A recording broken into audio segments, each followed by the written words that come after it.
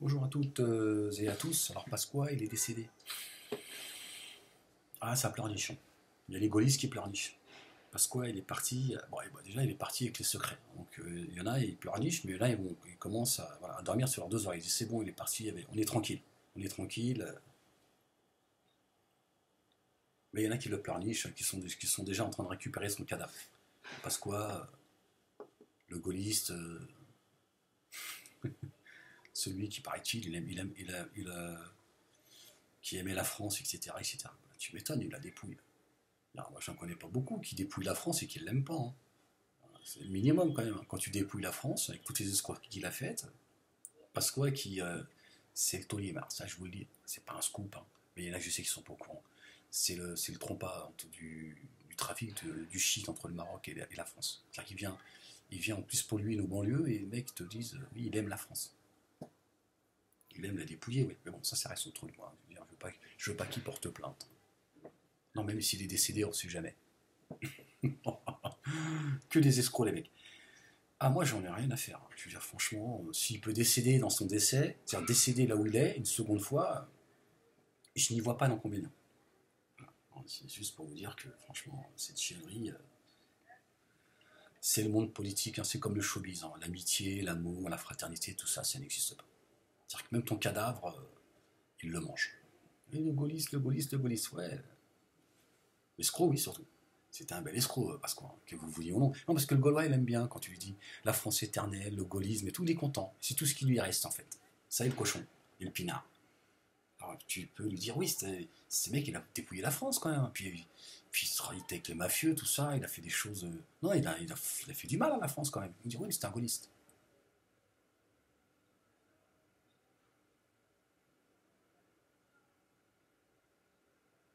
Ok. Ouais, mais quand même, t'as vu ce qu'il a fait. Oui, mais c'est un gaulliste, t'as dit. Ok. C'est un gaulliste. Ok. Bon. Alors, deux mots sur l'affaire en Isère. Vous savez, celui qui aurait décapité son patron pour régler des comptes et tout. Euh, il aurait donc, d'après eux, en fait, c'était pas un acte terroriste. Ils auraient, en fait, bon, ça a fait pchit, hein, l'histoire d'un acte terroriste, tout ça. Ils ont fait peur aux Français pendant 2 jours. Mais ils ont dit non, en fait, il a voulu maquiller ça comme un acte terroriste. C'est bizarre, j'arrive pas à y croire. Ouais, j'ai essayé, hein. Ah, j'ai essayé, j'ai tout fait, hein. Je me suis tapé sur la tête, tout ça, je me suis tapé sur les doigts, j'ai essayé pour rester le plus neutre possible. C'est-à-dire que pour éviter de penser, je me suis fait violence physiquement. Mais j'arrive pas à y croire. J'arrive pas à y croire. Je crois que surtout, ils ont essayé de maquiller ça, eux, hein, une affaire de terrorisme, hein, comme l'affaire de Jouer les Tours, hein, ce petit jeune converti à l'islam, ce petit jeune noir qui a été violenté par la police, qu'on a tué et qu'on a passé on a fait passer ça, on a maquillé ça comme une affaire de djihadiste. C'est la même histoire. Dans ce beau pays, en 2 heures, tu passes d'un crime à un accident ou à un acte terroriste, parce que on est dans l'ère du terrorisme. Tu peux tout justifier, tu peux remonter l'économie d'un pays, hein, la Tunisie par exemple, un petit acte terroriste, pchit, hop, ça y est, l'économie, hein, voilà, ils tentent de relancer l'économie, hein, parce que la Tunisie, c'est vrai que depuis la révolte du jasmin, hein, c'est la révolte des tulipes. Je veux te dire, c'est la récolte des carottes. C'est la révolte de, et donc moi je n'y crois pas un seul instant. Je ne crois pas un seul instant que il a voulu maquiller cette histoire, une histoire pour faire payer son patron. Non, non. De toute façon, on n'en saura rien. Une fois qu'il est entre leurs mains, déjà sa femme et sa soeur, ils ont dû lui dire, écoute, si tu veux qu'on les relâche, ça fait 2 jours qu'elles sont là, elles ont le numéro de cellule, hein, tu choisis. Ou tu es raisonnable, ou elle reste avec nous. Non, bah, ils vont lui faire dire ce qu'ils veulent, hein, sans être dans le délire, voilà. Peut-être qu'il s'en est pris à son patron, j'en sais rien. Est-ce qu'il a décapité? J'en sais rien. J'en sais rien, j'en sais rien. Mais vous avez vu, la plupart des musulmans, ils sont contents, hein. On a dit non, c'est pas un acte terroriste. Ouais, l'honneur est sauf. Maintenant, ce qui va lui arriver, on s'en fiche. C'est ça l'islam de certains. Ils n'ont rien à faire de savoir si. Moi, je préfère savoir que. Moi, ce qui m'intéresse, c'est de savoir s'il est coupable ou pas. Pas si on a sali l'islam ou pas. L'islam, il n'y a pas besoin de nous pour se défendre l'islam. D'accord. Mais certains ils disent oh, c'est bon, ouf, vous avez vu, c'est pas un acte terroriste, hein. Lui, on peut le brûler, on dit ouais, bah, attendez, il a fait le con. Mais il a peut-être pas fait le con non plus. Qu'est-ce qu'on en sait? Mais non, ils ont. Alors je parle même pas des instances bidons, hein, du CFCM, tout ça, puis certaines associations, Fils de France, machin, oui, un acte, tous ils se mettent à plat. Ils courent. C'est devenu. Ils ne demandent plus maintenant, ils les convoquent plus, tout seuls. Ils ont tous appris la leçon. Ils viennent tous chialer, ils n'en ont rien à faire en fait. Mais lui, savoir quel est son sort et savoir et que justice soit rendue, tout le monde s'en fiche. L'essentiel, c'est que l'islam ne soit pas sali. Si lui, en fait, ça se trouve, je vous dis, ça se trouve, il n'a même pas décapité. Mais on s'en fiche, on se dit, bon, bah, si on doit le sacrifier, c'est ça l'islam de certains. Bon, c'est comme ça. Sachez que je n'y crois pas un seul instant. Les histoires de selfie et tout, bah, voilà, il faut coûte que coûte lier cet homme-là au réseau syrien, Daesh, tout ce qu'on veut, pour dire non, on ne s'est pas trompé. On s'est trompé, mais c'était à une virgule près. Non, ils ne le lâcheront pas. C'est fini. Ils ne lâcheront pas. Voilà. Mais moi, je n'y crois pas. Sachez-le. Bon, certains s'en doutaient, j'imagine.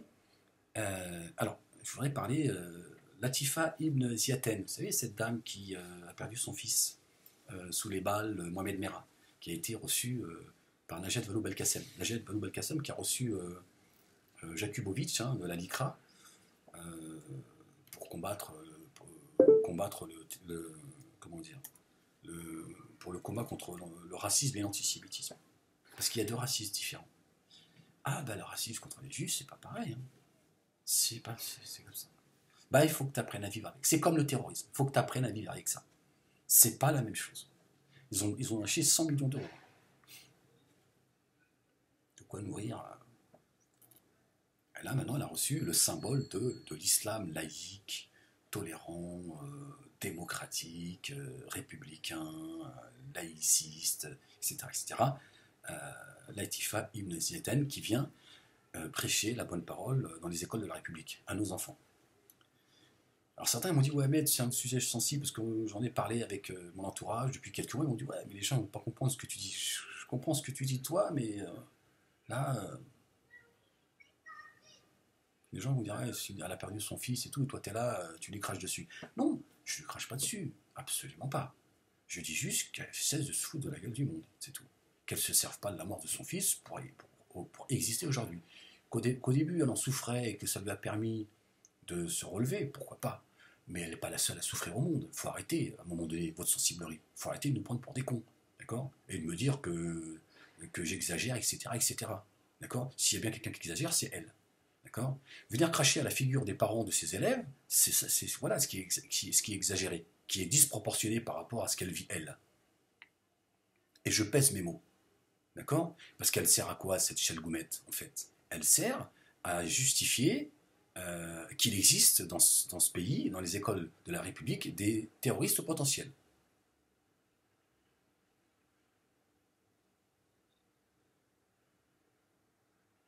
Voilà ce qui est insupportable.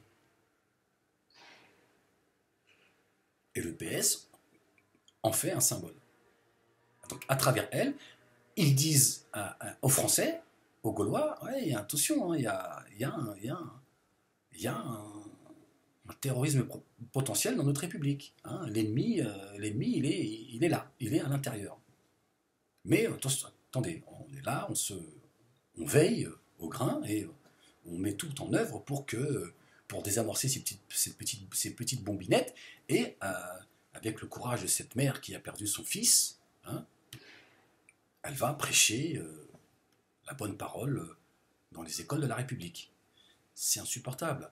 C'est insupportable tous ces gens qui sont là à l'applaudir en disant oui, c'est une femme courageuse, elle a perdu un fils, etc., etc. Il y a beaucoup de femmes courageuses comme elle, hein, qui vont nettoyer les bureaux à 4 heures du matin pour élever leurs enfants. C'est aussi du courage. Alors je ne parle pas de toutes ces femmes qui se font bombarder dans certains pays du Moyen-Orient, sous nos bombes à nous, sous les bombes françaises. Et elles n'ont pas le droit au micro, elles n'ont pas le droit d'être le symbole de je ne sais quoi, pour venir prêcher la bonne parole. Donc à un moment donné, il faut arrêter les conneries. Aujourd'hui, j'ai envie de dire à ces dames, ne me faites pas croire que vous n'êtes pas conscient du rôle que vous jouez. D'accord?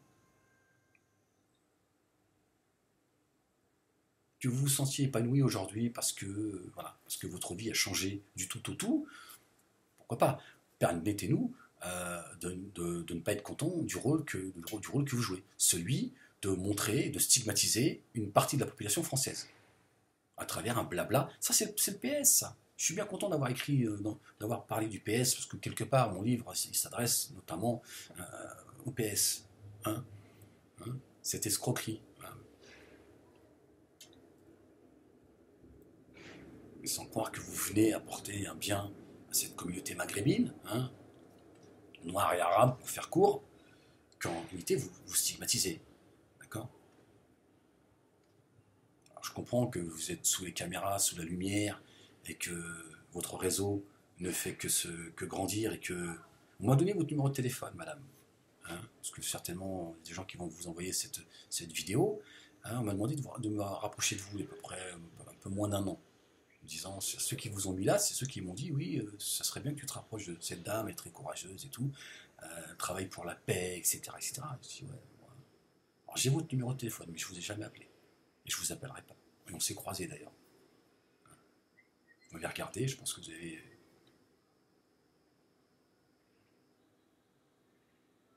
Mais moi, je ne ferai pas mon beurre sur le dos des beurs.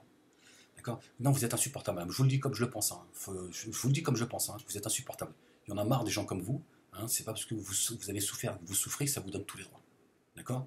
Donc, venir cracher à la gueule de ces parents en venant parler à leurs enfants comme pour venir désamorcer ce terrorisme potentiel qu'il y aurait en eux, ça suffit de nous montrer du doigt comme ça, tout en prétextant le contraire en fait. Voilà, c'est toute la subtilité en fait. Toute la subtilité, c'est celle-ci. C'est de faire croire que vous venez apporter une parole de paix. En fait, vous ne faites que faire croire aux Gaulois qu'il existe effectivement dans les écoles de la République un terrorisme potentiel. Comme ceux qui nous font croire que ceux qui s'enrôlent dans le djihadisme, c'est dû à leur assiduité à l'islam. Alors qu'en fait, non. En fait, plus on est proche de Dieu, plus on est dans la paix. D'accord? Et pour la majorité de ceux qui se sont enrôlés, que ce soit ici ou en Tunisie ou ailleurs, c'est la précarité, c'est la pauvreté, c'est la frustration. Voilà ce qui donne envie à certains, à un moment donné, de se dire c'est quoi? Je vais aller régler mes comptes. Oui, ça c'est une réalité. Et c'est pas du tout ce que certains, les Dounia Bouzard, etc., dont je parle dans mon livre, tous ces escrocs qui ne cherchent quelque chose, c'est à exister, d'accord, sur le dos des leurs, en mentant, voilà, en mentant aux gens, parce on leur demande de tenir ce discours-là, et ça leur permet d'exister. C'est ça la réalité. C'est ce que vous faites, madame. Vous êtes une chalgoumette. Mon chalgoumi, encore lui, il nous fait rire. Il fait rire tout le monde. Il fait. Voilà. D'ailleurs, je ne comprends pas qu'il n'y ait toujours pas un réalisateur qui lui ait écrit un spectacle à lui, qui fasse une tournée nationale. Mais en fait, c'est ça. Donc moi, j'ai fini de me taire vous concernant. Ça suffit de nous leurrer. Vous savez très bien quel est le rôle qu'on vous a donné. Vous savez très bien ce que vous faites.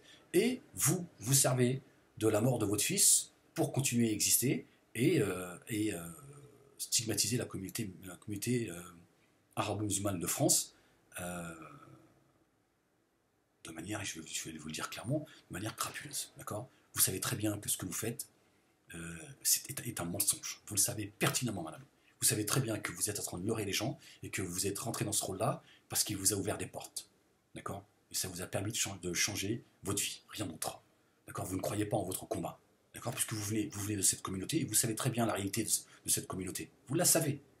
D'accord? Et s'il y a des problèmes dans cette communauté, comme dans toutes les autres communautés, il y a un problème de précarité, un problème des familles monoparentales, voilà, c'est le chômage, etc., qui fait qu'à un moment donné, on peut effectivement se retrouver enrôlé chez Daesh, un Daesh qui n'est là que pour détruire le monde musulman, pour affaiblir les pays qui seraient une menace pour Israël et pour le capitalisme. Ça, c'est une réalité.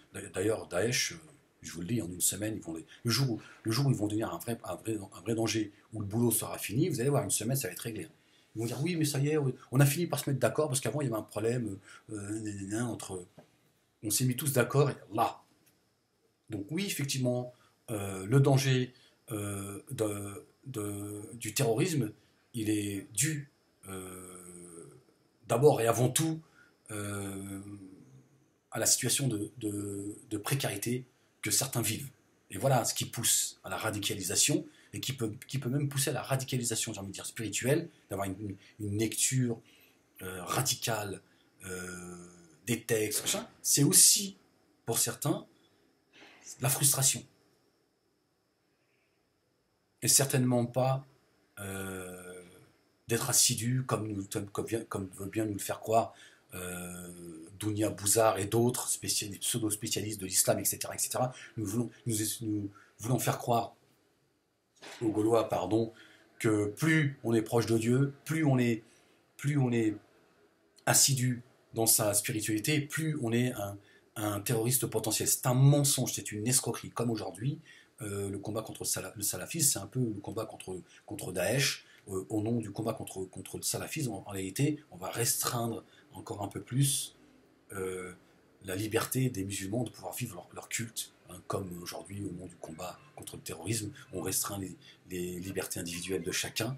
Mais voilà, c'est la même chose. D'accord, on nous fait croire que le danger en France, c'est le salafisme. Alors que la majorité de ceux qu'on appelle le salafisme, parce que moi je ne sais pas ce que ça veut dire aujourd'hui le salafisme, le mot salaf, il a été complètement, mais pour le salaf, aujourd'hui, c'est celui qui se balade en djellaba et avec une longue barbe, alors que la majorité d'eux, ce sont des gens tranquilles. Ça aussi, il faut qu'on puisse le dire sans être traité d'obscurantiste, de radical, je ne sais quoi. La majorité, il existe une poignée chez eux que moi j'ai toujours, je vais vous le dire clairement, j'ai toujours vomi, j'ai toujours des problèmes avec eux. Ceux qui croient avoir le ticket du paradis, d'accord, et qui méprisent le musulman lui-même. Le musulman lui-même. 30 ans, moi, j'ai des problèmes avec eux. Ils sont insupportables. Ils sont méprisables. Mais la majorité de ces barbus, ce qu'on appelle salaf, c'est de la crème, de la crème. Ça, tout le monde le sait, même au sein de la communauté musulmane. Mais les gens ont peur d'en parler, parce que d'en parler, c'est dire, oui, bah, t'as vu ce qu'il dit, Moualek. T'as vu, il commence à défendre les salafistes maintenant. C'est une escroquerie. Je dis que ceux qu'on appelle des salafistes, parce que pour eux, le salafiste, c'est la spécialiste, la Dounia Bouzar, qui nous explique qu'ils ont la djellaba au-dessus de la cheville, etc. Oui, ils ont des codes. Parce que ça fait pour eux, ça fait d'eux des gens dangereux. C'est pas vrai. Il y a des gens, plus que d'être dangereux, c'est des gros cons au sein de cette mouvance. Des gros cons qui méprisent tout le monde, qui méprisent d'abord les musulmans, dans la mosquée même, qui te regardent de travers parce qu'ils ont le sentiment que ton islam, c'est pas un islam c'est un islam soft, etc., etc. C'est des cons. Mais la majorité, ce sont des gens qui sont gentils, sont respectueux, c'est de la crème, tu as besoin d'eux, ils sont présents. C'est ceux qui vont les discuter avec les jeunes, leur dire que vous dérangez les gens la nuit, vous sortez de la prière de Tarawih, vous dérangez les gens, vous faites du bruit, machin, c'est ça. Alors ils vont dire, oui, mais ces gens-là, à travers ça, ils cachent. Alors dans ce cas-là, on s'en sort jamais. Non, c'est un mensonge. C'est un mensonge. C'est ça tout le problème. C'est que ceux qui prétendent combattre le terrorisme, etc., ce sont ceux en réalité qui trompent tout le monde. Et donc le combat, il est faussé dès le départ. C'est qu'en réalité, on devrait tous être d'accord sur le même combat. Il y en a certains, oui, ils dérangent tout le monde, musulmans comme non musulmans. Mais eux, certains se servent toujours de la minorité. C'est comme en banlieue. On se sert de la racaille, on parle d'eux depuis toujours, et on ne veut pas montrer au reste des Français la réalité de la banlieue, de ces Français d'origine maghrébine, noire, musulmane, etc., etc., parce que ça ne les intéresse pas. Ça ne fait pas peur, et non seulement ça ne fait pas peur, mais ça rassure en plus. Donc on va nous parler, c'est la même chose. Donc là, on va dire les salafs, et on met tout le monde dans le même sac. C'est tout le problème. Et cette dame-là, elle est bien gentille. Elle sert à ça. C'est une chalgoumette. Donc moi, j'ai envie de dire à cette dame, il y en a marre de vous. D'accord. C'est pas parce que vous avez perdu un fils que vous avez tous les droits, et on doit faire preuve de je ne sais quoi, de retenue, ou je ne sais quoi, parce que non, on ne peut pas vous accuser de... Moi, je pense que la mort de votre fils vous permet aujourd'hui, et je vous le dis comme je le pense, madame, vous permet aujourd'hui d'être ce que vous êtes. Et vous l'assumez, et apparemment, vous êtes peut-être même en train de vous mentir à vous-même, d'accord. Vous êtes en train de vous mentir à vous-même pour vous rassurer votre conscience. Et vous vous dites, voilà, oui, au moins, la mort de mon fils me servira à, si je peux apporter... Non, vous apportez rien du tout. Vous êtes en train de stigmatiser une partie de la population française en jouant un rôle que vous avez accepté. Voilà. Donc je tenais à vous le dire, et marre de ceux qui veulent nous empêcher de dire les choses, pas sous prétexte que eux seraient, bien sûr, eux aussi, feraient partie de ces gens de bien, qui vont me dire, tu te rends compte, t'as pas honte de parler comme ça, d'une mère qui souffre. Vous êtes les pires.